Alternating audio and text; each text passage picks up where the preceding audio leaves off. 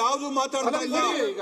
ಅಂಕಿಅಂಶಗಳು ನಿಮ್ಮ ಸರ್ಕಾರ ಕೊಟ್ಟಿರ್ತಕ್ಕಂಥ ಅಂಕಿಅಂಶಗಳನ್ನ ಹೇಳ್ತಿದ್ದೀನಿ ನಾನು, ಬೇರೆಯವ್ರ ಅಂಕಿಅಂಶ ಹೇಳ್ತಾ ಇಲ್ಲ. ಕೋಟಿ ಯಾರು ಹುಚ್ಚಾಟ ಹಿಡಿದಿದ್ಯಾ?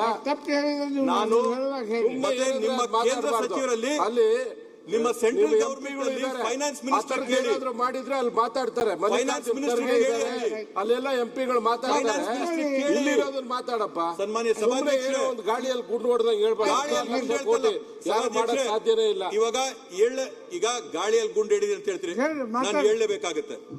2014-15 ಇಸ್ವಿಯಲ್ಲಿ 58,000 ಕೋಟಿ ರೂಪಾಯಿ ಸಾಲ ಮನ್ನಾ ಆಗಿದೆ. 2015-16 ಇಸ್ವಿಯಲ್ಲಿ 70,000 ಕೋಟಿ ಸಾಲ ಮನ್ನಾ ಆಗಿದೆ. 2016-17 ಇಸ್ವಿಯಲ್ಲಿ 1,08,000 ಕೋಟಿ ಸಾಲ ಮನ್ನಾ ಆಗಿದೆ. 2017-18ರಲ್ಲಿ 1,60,000 ಕೋಟಿ, 18-19ರಲ್ಲಿ 2,35,844 ಕೋಟಿ ಸಾಲಗಳನ್ನ ಬ್ಯಾಂಕ್ಗಳ ಕಡೆಯಿಂದ ಮನ್ನಾ ಮಾಡಿಸವ್ರೆ. ಅದನ್ನೇ ಹೇಳೋಣ. ಇವತ್ತು ಇವೆಲ್ಲ ಮನ್ನಾ ಆಗ್ಬೇಕಂತಂದ್ರೆ ಸಭಾಧ್ಯಕ್ಷರೇ, ಈ ಸಾಲಗಳು ಮನ್ನಾ ಆದಂತ ಸಂದರ್ಭದಲ್ಲಿ ಕಾಸು ಯಾರು ಕಳ್ಕೊಳ್ಳುವಂಥದ್ದು? ರಾಜ್ಯ ಸರ್ಕಾರನೂ ಕಾಸು ಕಳ್ಕೊಳ್ಳಲ್ಲ, ಕೇಂದ್ರ ಸರ್ಕಾರನೂ ಕಾಸು ಕೊಂಡ್ಕೊಳ್ಳಲ್ಲ. ಇಷ್ಟೆಲ್ಲ ಸಾಲಗಳು ಮನ್ನಾ ಮಾಡಿವೆಲ್ಲ ಬ್ಯಾಂಕ್ಗಳು. ಇಷ್ಟೆಲ್ಲ ಸಾಲಗಳು ಮನ್ನಾ ಮಾಡಿದಾಗ ಯಾವ ಬ್ಯಾಂಕು ಕೂಡ ಲಾಸ್ ಅಲ್ಲಿ ಹೋಗಿಲ್ಲ. ಈ ಎಲ್ಲ ಹೊರೆನ, ಈ ಸಾಲ ಮನ್ನದ ಹೊರೆನ ಯಾರು ಹೊರಬೇಕು ಅಂತಂದ್ರೆ ಸಾರ್ವಜನಿಕರು, ನಾವು ನೀವು ಹೊರಬೇಕು. ಜನ್ಧನ್ ಅಕೌಂಟ್ ಹಾಕೊಟ್ಟಿರ್ತಕ್ಕಂಥ ಬಡವನು ಹೊರಬೇಕು. ಊರಲ್ಲಿರ್ತಕ್ಕಂಥ ಕೂಲಿ ಕಾರ್ಮಿಕರು, ನೌಕರರು, ಅವರು ಏನಿವತ್ತು ಸಾಲ ತಗೋತಾರಲ್ಲ ಅವ್ರ ಮೇಲೆ ಹಾಕಂತ ಬಡ್ಡಿ ಪರ್ಸೆಂಟ್ಗಳು ಜಾಸ್ತಿ ಮಾಡಿ, ATM ಅಲ್ಲಿ ವಿಡ್ರಾ ಮಾಡಿದ್ರೆ ಸರ್ಚಾರ್ಜ್ಗಳು ಹಾಕಿ, ಬ್ಯಾಂಕ್ ಡಿಪಾಸಿಟ್ ಮಿನಿಮಮ್ ಇಲ್ಲದೆ ಇದ್ರೆ ಅವ್ರ ಮೇಲೆ ಟ್ಯಾಕ್ಸ್ ಹಾಕಿ, ಈ ರೀತಿಯಾಗಿ ಬಡವರಿಂದ ಕಾಸನ್ನ ಕಿತ್ಕೊಂಡು ಸಾಹುಕಾರರಿಗೆ ಇವತ್ತು ಸಾಲ ಮನ್ನಾ ಮಾಡಂತ ಒಂದು ಕೆಲಸ ಇವತ್ತು ನಡೀತಾ ಇದೆ. ಸಭಾಧ್ಯಕ್ಷರೇ, ಇವತ್ತು ಸತೀಶ್ ಅಣ್ಣವರು ನನಗೂ ಕೂಡ ಆತ್ಮೀಯರು, ಕೇಳಿದ್ರು ಎಲ್ಲೋಯ್ತಪ್ಪ ಈ ಕಾಸು ಅಂತೇಳಿ. ಈ ಕಾಸು ಎಲ್ಲೋಯ್ತು ಅಂತ ಹೇಳಿದ್ರೆ 16 ಲಕ್ಷ ಕೋಟಿ ಇವತ್ತು ಮಾಯ ಆಗಿರ್ತಕ್ಕಂಥದ್ದು, ಬಂಡವಾಳಶಾಹಿಗಳಿಗೆ ಕೊಟ್ಟಿರ್ತಕ್ಕಂಥದ್ದು. ಒಂದು ಉದಾಹರಣೆ ಕೊಡ್ತೀನಿ, ಇದೇ ನಾನು ಹೇಳ್ತಾ ಇರ್ತಕ್ಕಂಥದ್ದಲ್ಲ. The all India bank employees association exposed how public banks were made to accept rupees 16,000 crores from 10 financially stressed companies after they were taken over by Adani against their claim of 62,000 crores. ನ್ಯಾಯನ ಇದು?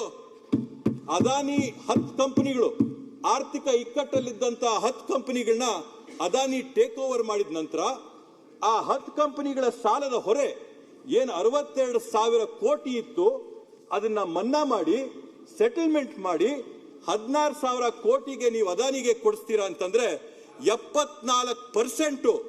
ಯಾರು ಅಂತ ನೀವೇ ಹೇಳ್ರಿ, ಯಾರ ಅಕ್ಕಪಕ್ಕ ಇರೋ ಅದಾನಿ ಅಂತ ನೀವೇ ಹೇಳ್ರಿ. ಆದ್ರಿಂದ ಇವತ್ತು UPAದಲ್ಲಿ ಇವತ್ತು 11.2% NPA ಇತ್ತು. ಎಲ್ಲ ನ್ಯಾಷನಲೈಸ್ ಬ್ಯಾಂಕ್ 11.2% NPA ಆಗಿತ್ತು. ಅದನ್ನ ಇವತ್ತು 2.3% ತಗೊಂಡ್ಬಂದಿದ್ದು ನರೇಂದ್ರ ಮೋದಿ ಅವ್ರ ಸರ್ಕಾರ. But it is not 2.3%. ಎಲ್ಲರಿಗೂ ರೊಕ್ಕ ತಗೊಂಡು ಸಾಲ ಕೊಟ್ಟು ಬೇಡ, ಎಲ್ಲ ಬ್ಯಾಂಕ್ಗಳು ದಿವಾಳಿ ಹೇಳುವಂತ ಪರಿಸ್ಥಿತಿ ಬಂದಿದ್ದು. ತಪ್ಪು ಮಾಹಿತಿ ಕೊಡ್ತಾ ಇದ್ರ. 8 ಅವರು ಮತ್ತೆ ಬೆಲ್ಲದವರು ಅವಾಗಿಂದ ಕೇಳ್ತಾ ಇದ್ರು ಅಂಕಿಅಂಶ ಎಲ್ಲಿಂದ ಅಂತ. ಇದು ಅವ್ರು ಸೃಷ್ಟಿ ಮಾಡಿದಲ್ಲ, it's RBI data. Nirmala Sitharaman ಅವರು ಪ್ರೆಸೆಂಟ್ ಮಾಡಿರುವಂತ ಡೇಟಾ ಪಾರ್ಲಿಮೆಂಟ್ ನಲ್ಲಿ. It is not his making.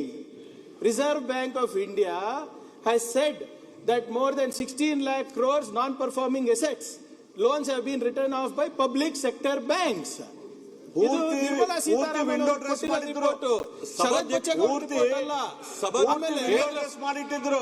ಇದು ಗಾಳಿಯಲ್ಲಿ ಗುಂಡಲ್ಲ, ಗಾಳಿ ಗುಂಡಲ್ಲ, ಕೇಂದ್ರ ಸರ್ಕಾರ ಅಂಕಿಅಂಶಗಳಿವು. ಇದು ದಯವಿಟ್ಟು ಕ್ಷಮಿಸಬೇಕು ಸರ್, ನೀವು ತಿಳ್ಕೊಳ್ಳಿ. ನಿರ್ಮಲಾ ಸೀತಾರಾಮನ್ ಅವರು she is placed it on the floor of the house. ಕೇಂದ್ರ ಸರ್ಕಾರನೇ ಮನ್ನಾ ಮಾಡ್ತು, ಕೇಂದ್ರ ಸರ್ಕಾರ ಮನ್ನಾ ಮಾಡಿದೆ. ಮಾತಾಡ್ತಾ ಇದ್ದಾರಲ್ಲ ಸರ್, ನಿಮ್ಗೆ ಬಿಸ್ನೆಸ್ ಮಾಡೋದು ಗೊತ್ತಿದೆ. ಬ್ಯಾಡ್ ಲೋನ್ಸ್ ರೈಟ್ ಆಫ್ ಮಾಡ್ತೀರಲ್ಲ, ರೈತರದ್ದು ರೈಟ್ ಆಫ್ ಮಾಡಿ. ಈಗ ಮತ್ತೆ ಬ್ಯಾಂಕ್ ಯಾರು ಹೌದು, ಏನೋ ಅಷ್ಟೇ ಕೇಳ್ತೀನಿ. ಯಾವ್ದೋ ಕಂಪನಿ ಶೇರ್ ತಗೊಂಡು ಶ್ರೀಮಂತರಿಗೆ ಒಂದು ನ್ಯಾಯ, ಕೇಂದ್ರ ಬಡವರಿಗೆ ಒಂದು ಸರ್ಕಾರಕ್ಕೆ ನ್ಯಾಯ ಸಂಬಂಧ ಇರುತ್ತೆ. ಮತ್ತೆ ಸಾಲ ಮನ್ನಾ ಕೇಂದ್ರ ಮಾಡಿ ಸರ್ಕಾರಕ್ಕೆ ಏನೋ ಸಂಬಂಧ ಇರುತ್ತೆ ಅದು. ಭಗವಂತ ಸಾಹೇಬ್ರೆ, ಸಾಲ ಕೇಂದ್ರ ಮನ್ನಾ ಸರ್ಕಾರ ಯಾಕೆ ಇದನ್ನ ಬಿಗಿ ಮಾಡ್ತಾ ಇಲ್ಲ? ಶ್ರೀಮಂತರದ್ದು ಯಾಕೆ ಮಾಡ್ತಾ ಯಾಕೆ ಬಿಗಿ ಮಾಡ್ತಾ ಇಲ್ಲ? 16 ಲಕ್ಷ ಕೋಟಿ ರೂಪಾಯಿ ಶ್ರೀಮಂತರದ್ದು ಸಾಲ ಮನ್ನಾ ಆಗುತ್ತೆ, ಬಡವರ ಸಾಲ ಮನ್ನಾ ಯಾಕೆ ಆಗ್ತಾ ಇಲ್ಲ? ಕೇಂದ್ರ ಸರ್ಕಾರ ಈ ರೀತಿಯ ಬೇರೆ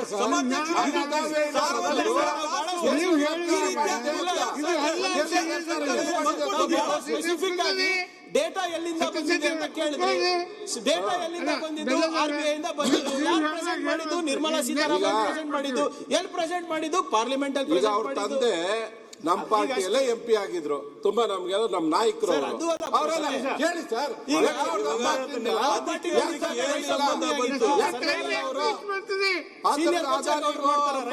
ಇನ್ನೊಬ್ರಿಗೋ ಕೊಟ್ಟಿದ್ದಾರೆ ಅಂದ್ರೆ ಯಾಕೆ ಕೇಳಿಲ್ಲ? ಸನ್ಮಾನ್ಯ ಅವರು ನಮ್ಮ ಪಾರ್ಟಿಯಲ್ಲೇ ಇದ್ದಿದ್ದು, ನಮ್ಮ ಲೀಡರ್ ಅವರು. ಇದು ನೋಡಿ, ಕೇಂದ್ರ ಸರ್ಕಾರ ಯಾರಿಗೂ ಕೂಡ ಯಾವ ಕಂಪನಿಗೂ ಕೂಡ ಮಾಡಕ್ ಸಾಧ್ಯನೇ ಇಲ್ಲ. ಮಾನ್ಯ ಅಧ್ಯಕ್ಷರೇ, ಅಲ್ಲಿ 2000 ಅವರು UPA ಬಜೆಟ್ ಮೇಲೆ ಅವರು ಬಜೆಟ್ ಮೇಲೆ you can talk when you have an opportunity. You can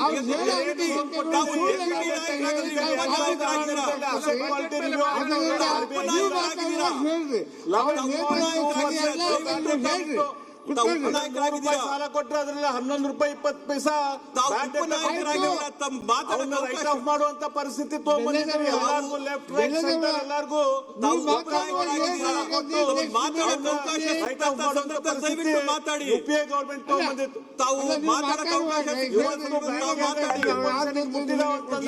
Narendra Modi ಅವಕಾಶ ಸಿಕ್ತ ದಯವಿಟ್ಟು ಮಾತಾಡಿ. ಸರ್ಕಾರದ ಪಾಲಿಸಿಗಳ ಕಾರಣ